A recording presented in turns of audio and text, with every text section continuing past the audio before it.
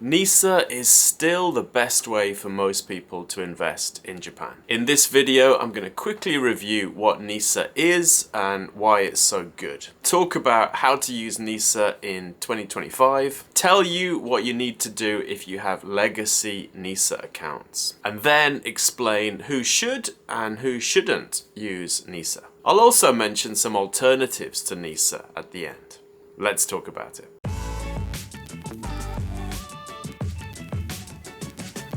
So, my name is Ben and I've been running RetireJapan since 2013, helping people learn about personal finance, investing, retirement and life in Japan. And not just learning, but also putting it into practice. Because only when you take action can you improve your life and get more security, freedom, and happiness. So what is NISA? NISA accounts were started in 2014 and then greatly improved in 2024. The current version of NISA allows you to invest up to 3.6 million yen a year, and those investments are tax-free indefinitely. Normally, you'd be paying capital gains tax at 20.315% in Japan, but anything inside a NISA account is completely tax-free.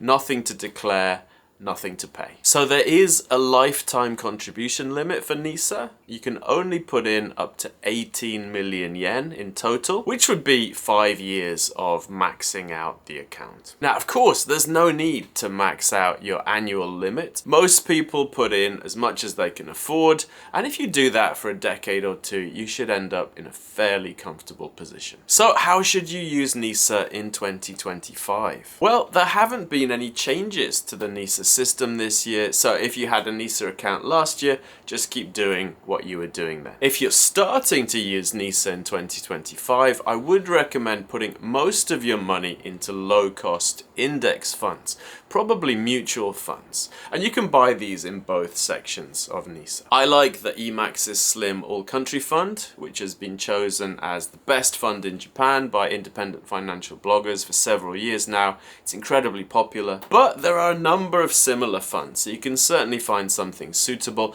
Just pay attention to the annual management fees. So currently, the best funds charge 0.2% a year or less. You can also buy single stocks, US ETFs, REITs, and a whole bunch of different stuff in the growth portion of the account, but this isn't necessary.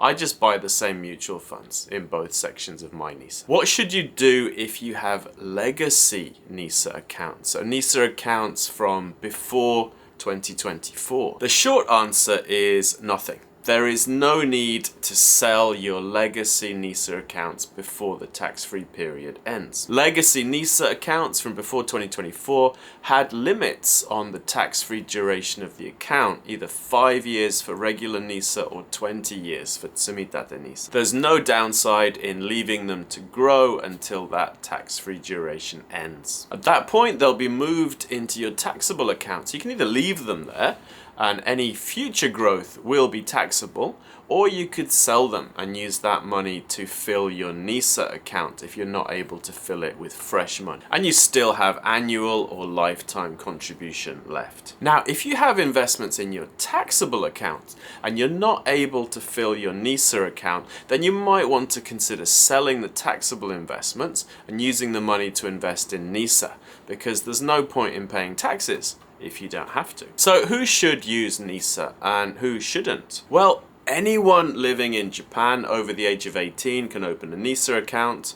There's no minimum contribution limits. There's no requirement to use the account if you open it. So it's a very flexible thing to have. If you're going to invest, you might as well do so in a tax-free account like NISA. So I think everyone should be using NISA when they start investing. When you're starting out, start with small investments until you become comfortable with what you're doing and how the system works. and then try to increase them. So you're putting in as much as possible without compromising your lifestyle. Leave the investments to grow as long as possible, and you should end up with a fairly decent result. Now, the only people who possibly shouldn't use NISA are US citizens, green card holders, or anyone else who has to file a tax return with the IRS. There are a few reasons for this. The main one is that US citizens are very limited in what they can invest in Japan. Basically, really only single Japanese stocks. But also because NISA accounts are not tax-free in the eyes of the IRS, so that makes them a lot less useful for US citizens. If you want to know more about this topic, please do check out our US citizen page on RetireJapan.com. Now, what are some alternatives to NISA? What else can you do with your money in Japan? Well, the other main tax-advantaged account is iDeCo. This can reduce the amount of income tax you have to pay,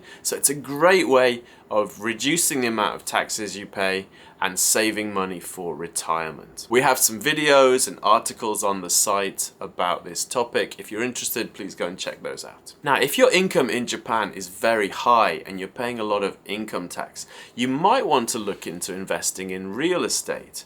If you invest in commercial real estate in Japan, you can actually depreciate the buildings and use that loss from the depreciation against your income, and this can help reduce your income tax. Finally, if you have maxed out NISA and iDeCo and you still want to invest, then you can use a normal taxable account. There are no limits on how much you can invest in a taxable account. Now, you'll have to pay the capital gains tax of 20.315%, but that means you get to keep almost 80% of any profits you make, and this is much better than income tax for high income individuals. How about you? Are you using a NISA account at the moment? If you have any questions or comments, or you want to share your experience, please do drop us a comment below. If you found the video useful, please do subscribe to the channel. It helps us reach as many people as possible. Thank you so much for watching, and we'll see you in the next video.